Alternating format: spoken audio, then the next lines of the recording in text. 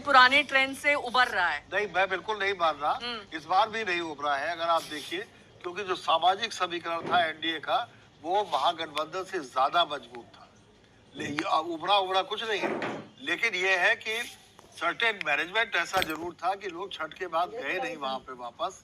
महिलाओं ने ज्यादा वोट किया और उन दोनों को मिला दीजिए तो संख्या बहुत ज्यादा बढ़ गई। और जो टोटल वोट परसेंटेज था, वो तो एक ही तरफ का रिजल्ट लाता ना, या तो इधर का या उधर का, बीच का रिजल्ट थोड़ी आने वाला था। आशुतोष जी, जो एसआईआर यहाँ पर इनके लिए काम किया है, अगला चुनाव पश्चिम बंगाल का आने वाला है, वो वहां पर ममता बनर्जी एक बड़े रोड़े की तरह सामने आएंगी, हर्डल है, या फिर वहां पर हो सकता है ऐसा? आप तो कह रही एसआईआर ने जो यहाँ काम किया, ये तो बड़ा लोडेड स्टेटमेंट अपने आप में। देखिए, विपक्ष तो इस पर सवाल खड़ा करेगा ही करेगा, और उसमें कोई दो राय नहीं है। और बंगाल में ममता बनर्जी के लिए भी दिक्कत पैदा होने वाली है अगर एसआईआर कोई फैक्टर है तो।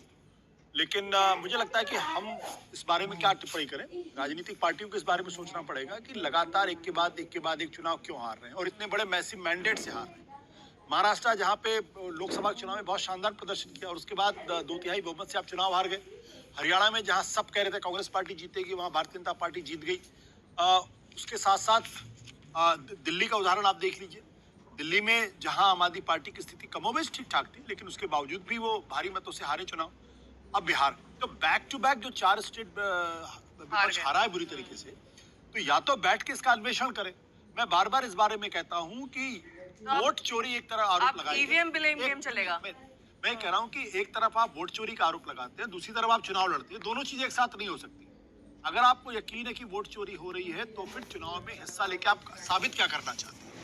आप कह रहे हैं अगर चुनाव हाईजैक हो रहा है तो आप चुनाव में हिस्सा क्यों ले? भाई, वोट चोरी अगर वो हो रही है, वो कह रहे हैं, तो सड़कों पे उतरते क्यों नहीं है? सुप्रीम कोर्ट का शाहनवाज जी, ये ईवीएम का रोना जो अब आने वाला है, उसके लिए आपकी पार्टी तैयार है? बॉम्बे हाईकोर्ट जल्दी आने वाला है ये ईवीएम का रोना। किया था, ईवीएम में गड़बड़ी की गई। मालूम है कि देखिए, जब ये चुनाव जीतते हैं झारखंड में, कर्नाटक में, जब तेलंगाना में, हिमाचल में, तो ईवीएम अच्छा होता है।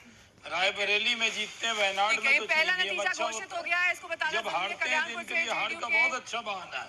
प्रत्याशी जीत गए हैं। बिहार चुनाव में पहला नतीजा सामने, हालांकि नतीजे काफी लेट आ रहे हैं।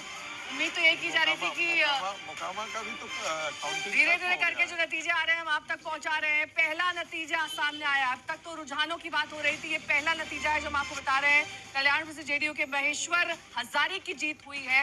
बिहार चुनाव में पहला नतीजा जो जेडीयू के पक्ष में गया है। आप जरा कांग्रेस का एक आंकड़ा देख लीजिए। और ये जश्न की कुछ तस्वीरें हम आपको दिखा रहे हैं। रंगारंग ये तस्वीरें बीच बीच में आती रहती हैं, तो माहौल थोड़ा ठीक रहता है, क्योंकि लगातार बात हो रही है कि कौन से मुद्दों पर इस बार एनडीए को प्रचंड जीत हासिल हुई है। तो महिला उसमें अहम फैक्टर है। महिलाएं यहाँ पर कीर्तन करती हुई दिखाई दे रही हैं। ये वही महिलाएं हैं जो 10,000 जब उनके खाते में गए तो खुश हुई, और उसके बाद उन्होंने बढ़ चढ़कर वोटिंग में हिस्सा लिया। लगभग 71% महिलाओं ने मतदान किया, और यहाँ पर मिठाई खिलाते हुए, एक तरीके से सिंदूर लगाते हुए और जश्न मनाते हुए ये महिलाएं दिखाई दे रही हैं, क्योंकि